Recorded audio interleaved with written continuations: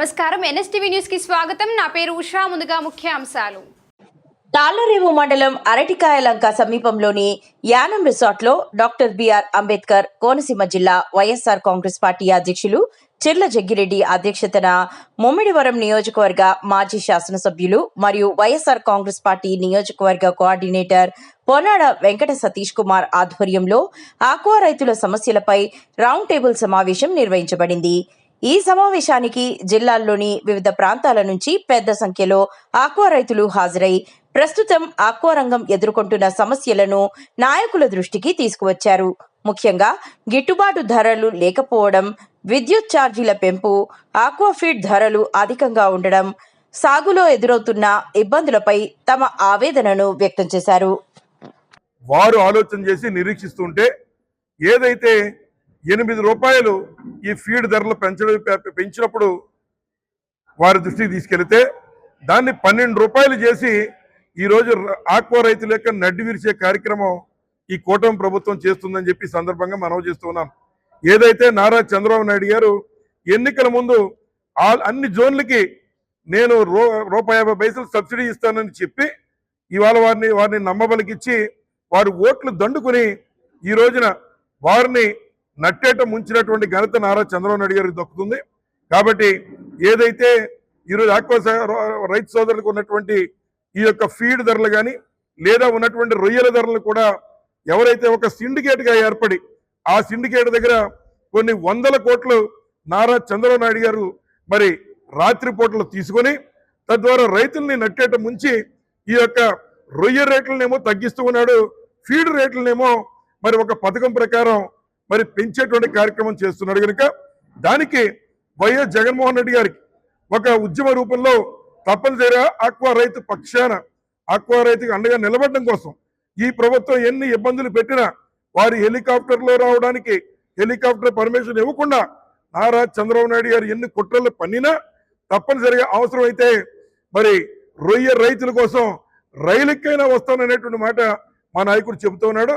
తప్పనిసరిగా రేపు 15వ తారీఖున భీమవరంలో మరి రొయ్య రైతుల పక్షాన నిలబడి వారికి అన్ని రకాలుగా అండదండగా నిలబడడం కోసం ఏదైతే కరోనా సమయంలో సైతం రొయ్య రైతుల్ని కాచి కాపాడినటువంటి జగన్మోహన్ రెడ్డి గారు ఇవాళ ఈ కూటమి ప్రభుత్వాన్ని నిలదీసి వారి ద్వారా అవసరమైతే రొయ్యకి ఆ రేట్లు తగ్గించే విధంగా పోరాటం చేయడానికి 15వ తారీఖున రాబోతున్నారు. దానికి రైతులంతా కూడా మద్దతు పలుకుతూ ఉన్నారు. అలాగే ఇక రెండో అంశం చూసుకున్నట్లయితే ఇవాళ మన మన మన జిల్లాకి అంబేద్కర్ కోనసీమ జిల్లాకి ముఖ్యమంత్రి నారా చంద్రబాబు నాయుడు గారు అంటే మనందరం సంక్రాంతి బుడబొక్కలోడు వస్తూ ఉంటాడు. అట్లాగే ఈరోజు మన జిల్లాకు కూడా ఒక బుడబొక్కలోడు వచ్చాడు. వారు ఈ రాష్ట్ర ముఖ్యమంత్రి నారా చంద్రబాబు నాయుడు గారు ఈ సందర్భంగా తెలియజేస్తున్నారు. ఎందుకు ఈ మాట మాట్లాడుతున్నానంటే వచ్చినప్పుడల్లా ఏదో చేస్తాం, ఏదో చూస్తాం, రైతులు అలా చూస్తాం, ఎలా చేస్తాం అనేటువంటి మాటలు చెప్పి ఇక్కడి నుంచి వెళ్ళిపోవడమే కానీ ఎప్పుడూ చేసింది ఏమీ ఉండట్లేదు. ఇవాళ ధవళేశ్వరంలో ఏదో నేనే 150 కోట్లు ఖర్చు పెట్టి గేట్లుగా పెట్టేస్తున్నాను అనేటువంటి మాట నారా చంద్రబాబు నాయుడు గారు చెప్తున్నారు.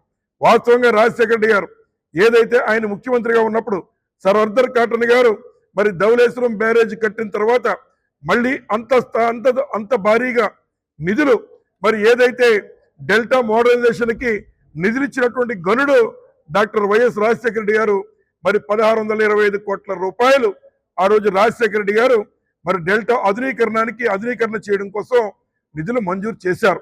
అదే నిధుల్ని అదే హెడ్తో అప్పటి నుంచి సుమారు 10 సంవత్సరాలు మరి అదే నిధుల్ని వేసవ కాలంలో మరి తాత్కాలిక పనులు చేయడానికి ఏ ప్రభుత్వాలు ఉంటే ఆ ప్రభుత్వాలు మరి ఉపయోగించుకునేటువంటి కార్యక్రమం ఈనాటి కూడా మరి చేస్తున్నాం. అదేవిధంగా ఏదైతే నారా చంద్రబాబు నాయుడు గారు ఏదైతే ఈ రాష్ట్రంలో ఉన్నటువంటి ముఖ్యంగా ఈ ఉభయ గోదావరి జిల్లాలోనే కాదు ఈ కోస్తా ప్రాంతంలో ఉన్నటువంటి ఆక్వా రైతుల యొక్క నోటిలో మట్టి కొట్టే కార్యక్రమం చేస్తున్నాడు. నిన్నగాక మొన్న ఏదైతే అమరావతిలో అక్కడున్న రైతులు యొక్క భూములు బలవంతంగా లాక్కునే ప్రయత్నం చేస్తున్నాడు. ఈ రోజు మళ్ళీ ధవళేశ్వరం వచ్చి అక్కడ ఇది గొడ్డల పార్టీ అని మాట్లాడే కార్యక్రమం చేస్తున్నావు. మా పార్టీని గొడ్డల పార్టీ అని చెప్పే ముందు నువ్వు మీ పార్టీని నమ్ముకున్నటువంటి రైతులకి నోట్లో పుడుతు కొడుతూ ఉన్నారు. అలాగే పోలీస్ స్టేషన్కి రక్షణకి వెళ్ళినటువంటి వారి నోట్లో రక్షణకి వెళ్ళినటువంటి వారికి కూడా మీరు బూడిద పోలీస్ స్టేషన్లోనే ఇచ్చే పరిస్థితికి ఈ కూటమి ప్రభుత్వం దిగజారిపోయిందని ఈ సందర్భంగా మనవి చేస్తున్నాం. మేము ఇవాళ ముమ్మడివరం నియోజకవర్గంలో ఉన్నాం. ముమ్మడివరం నియోజకవర్గంలో నారా చంద్రబాబు నాయుడు గారు మరి ఈ కొత్త కూటమి ప్రభుత్వం వచ్చిన తర్వాత 1 సంవత్సరం క్రితం నియోజకవర్గం వచ్చారు. వచ్చి వారు P4 అనే కార్యక్రమాన్ని చేసేస్తాను, ఇక పేదలు ఎవరు ముమ్మడివరం నియోజకవర్గంలో ఉండరు, ఇక్కడున్న చెరువులన్నీ అభివృద్ధి చేస్తానని చెప్పెళ్ళారు. ఇవాళ ఏదైతే ఆయన చెప్పెళ్ళారో ఇవాళ ఆ చెరువులో అప్పుడు ఎలా ఉందో ఇప్పుడు చెయ్యేరులో ఆ యొక్క చెరువు అదే రకంగా ఉంది.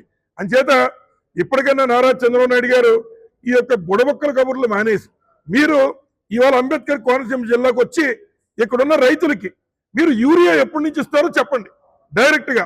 మొన్ననే మీ యొక్క వ్యవసాయ శాఖ మంత్రి యొక్క నియోజకవర్గంలో కాంతమ్మ అనేటువంటి ఒక అమ్మాయి మరి యూరియా కోసం వెళ్ళి చనిపోయింది. అంచేత చంద్రబాబు నాయుడు గారు ఇట్లా రైతులు యూరియా దొరక్క, ఎరువుల రేట్లు పెరిగిపోయి, ఆక్వా రైతులకి తగినటువంటి రేట్లు రాక, ఫీడ్ల రేట్లు పెరిగిపోయి రైతులు అధోగతి పాలవుతున్నారు. మీరు ఎట్లాంటి బుడబక్కల కబుర్లు చెప్పి మీరు ఈ రకమైనటువంటి తాత్సారం చేసి రైతులను మోసం చేయడం కాదు. మీరు నిజంగా రైతు బిడ్డ అయితే మీరు 2 ఎకరాల నుండి వాళ్ళు 1000 కోట్లకు వచ్చారు కదా, ఆ కిటికీతో రైతులకు చెప్పండి. తద్వారా రైతులకు కూడా మీరు ఎప్పటి నుంచి యూరియా కానీ డిఏపి కానీ ఎప్పటి నుంచి ఇస్తారో చెప్పండి.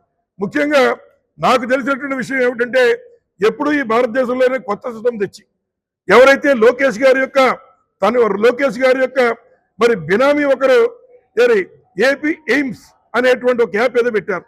ఆ యాప్కి డబ్బు ఇవ్వడం కోసం, వారికి కొంత లబ్ధి చేయడం కోసం ఈరోజు రాష్ట్రంలో ఉన్నటువంటి రైతు సోదరులందరికీ కూడా యాప్లో రికార్డ్ అయితేనే మీకు యూరియా ఇస్తామనే మాట చెప్తున్నారు. యాప్లో మరి కేవలంగా ముఖ్యంగా ఎకరం ఉంటే బస్తా ఇస్తామని చెప్తున్నారు. 50 సెంట్లు ఉన్నటువంటి రైతుకి మరి ఈ రోజు యూరియా లేదని చెప్తున్నారు. పోనీ ఎక్కడైనా మార్కెట్లోకి వెళ్ళి కొనుక్కున్నావా అనేటువంటి ఆలోచనతో ప్రైవేట్ సంస్థలకు వెళ్తే మీరు యాప్లో బుక్ చేయకుండా మేము యూరియా ఇవ్వలేమని వారు చెబుతున్నారు. ఈ రోజున కనీసం అంబేద్కర్ కోనసీమ జిల్లాలో కానీ ఆంధ్ర రాష్ట్రంలో కానీ కనీసం యూరియా డిఏపీలు కూడా ఇవ్వలేని దౌర్భాగ్య పరిస్థితిలో ఇవాళ కూటమి ప్రభుత్వం ఉంది. అలాగే అక్కడ బండారు సత్యేంద్రరావు గారు మా నియోజకవర్గ ఎమ్మెల్యే గారు మాట్లాడుతూ ఈయన అపర భగీరథుడు అని చెప్తున్నాడు. ఆయన అపర భగీరథుడు అయితే ఇవాళ ఏదైతే అమలాపురంలో ఉన్నటువంటి పంటలు ఒకసారి వెళ్ళి చూడండి, భూమి నిర్లగీసేస్తూ ఉంది. ఏదో పనులు వేసవకాలంలో చేయాల్సిన పనులు కమిషన్ల కోసం ఇప్పుడు మొదలుపెట్టి మరి ఆ పనులన్నీ సగం ఆ పనుల గురించి అని చెప్పి ఉన్నటువంటి లభ్యత నీరు ఉన్నా ఆ నీటిని వదిలిపెట్టకపోవడం వల్ల ఇవాళ అమలాపురంలో ఉన్నటువంటి రైతులంతా కూడా అధోగతి పాలవుతున్నారు, ఇబ్బందుల పాలు అవుతున్నారు. అలాగే ఇక గ్రాయిన్స్ ఏర్పాటు చేయండి అని చెప్పారు బండారు సత్యేంద్రరావు. మంచి కార్యక్రమం. గతంలో కూడా మా నాన్నగారు ఎమ్మెల్యేగా ఉన్నప్పుడు అప్పుడు గ్రాయిన్స్ కట్టే కార్యక్రమం చేశారు. కానీ ఇవాళ గ్రాయిన్లు వేసి పంట కాలువలను కాపాడే లోపు ఏదైతే బండారు బ్రదర్స్ బి ట్యాక్స్, బాబు ట్యాక్స్, బండారు ట్యాక్స్ కలిపి అక్కడ ఉన్నటువంటి వ్యవసాయాలు చేసేటువంటి ప్రతి పొలంలో మట్టిని రాత్రులు 1000 టిప్పర్లో తరలించేస్తున్నారు. మీరు గ్రాయిన్లు కట్టి గోదావరి నుంచి నదీ కోతకి వెళ్ళిపోతున్నటువంటి పొలాలను కాపాడడం దేవుడేరు. ముందు ఏదైతే అక్రమం మట్టి ఏదైతే ఉందో మట్టి ఇసుక ఆపితే కొత్తపేట నియోజకవర్గం భవిష్యత్తులో ఉంటుంది. లేకపోతే మీ యొక్క బండారు సత్యేంద్రరావు గారు మీ ధనదాహానికి అక్కడ ఉన్నటువంటి మొత్తం పొలాలన్నీ కూడా లంక భూములన్నీ కూడా మరి రాత్రి పూటల్లో విపరీతమైనటువంటి మరి ఏదైతే ట్రాక్టర్లో లేకపోతే ఉన్నటువంటి లారీలతోనో విపరీతంగా మట్టితో చేసే కార్యక్రమం చేస్తున్నారు. రేపు చంద్రబాబు నాయుడు గారు కొత్తగా గ్రాయిల్ని శాంక్షన్ చేస్తే పుష్కరాల పేరుతో ఆ గ్రాయిల్ని కూడా మళ్ళీ మట్టి తోలేసుకోవడానికి వీరు కొత్తగా అడుగుతున్నారు. ఏం చేద్దంటే పుష్కరాలు ఆల్రెడీ గతంలో జగన్మోహన్ రెడ్డి గారు మరి ఏదైతే ఇళ్ల స్థలాల రూపేణా అనేక చోట్ల భూములు కొంటే అందులో ఫిల్ చేసిన మట్టిని కూడా ఇవాళ తెలుగుదేశం పార్టీ దొంగలు రాత్రి పూటలు దోచేస్తున్నారని చెప్పి ఈ సందర్భంగా మనం చేస్తూ చంద్రబాబు నాయుడు గారు అంబేద్కర్ కోనసీమ జిల్లా నుంచి వెళ్లే లోపైన దయించి రైతుల గురించి కనీసం యూరియా వారికి అందుబాటులో తెస్తాను, రేపటి నుంచే యూరియా ఎంత కలుగుతుందో ఇస్తాననే మాట చెప్పి వెళ్ళాలని కోరుతున్నాం. అది లేకపోతే మీరు చెప్పిన మాటలు వినడానికి రైతులు మరి చెవిలో పూలేమి పెట్టుకోలేదు. తప్పనిసరిగా రాబోయేటువంటి కాలంలో ఈ చంద్రబాబు నాయుడు గారికి ఈ తెలుగుదేశం పార్టీ బూడిద పార్టీకి తగిన గుణపాఠం బుద్ధి చెప్తారని ఈ సందర్భంగా మనం చేస్తూ సెలవు తీసుకుంటున్నాం.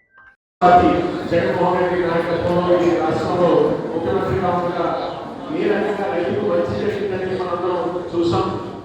ముఖ్యంగా అనేక సందర్భాలు, అనేక క్రైసిస్లో జగన్మోహన్ రెడ్డి గారు ఈ రాష్ట్రంలో ఏదైతే ఈ ఆక్వా రంగాన్ని ముందుకు తీసుకెళ్ళడానికి ఆయన అందించినటువంటి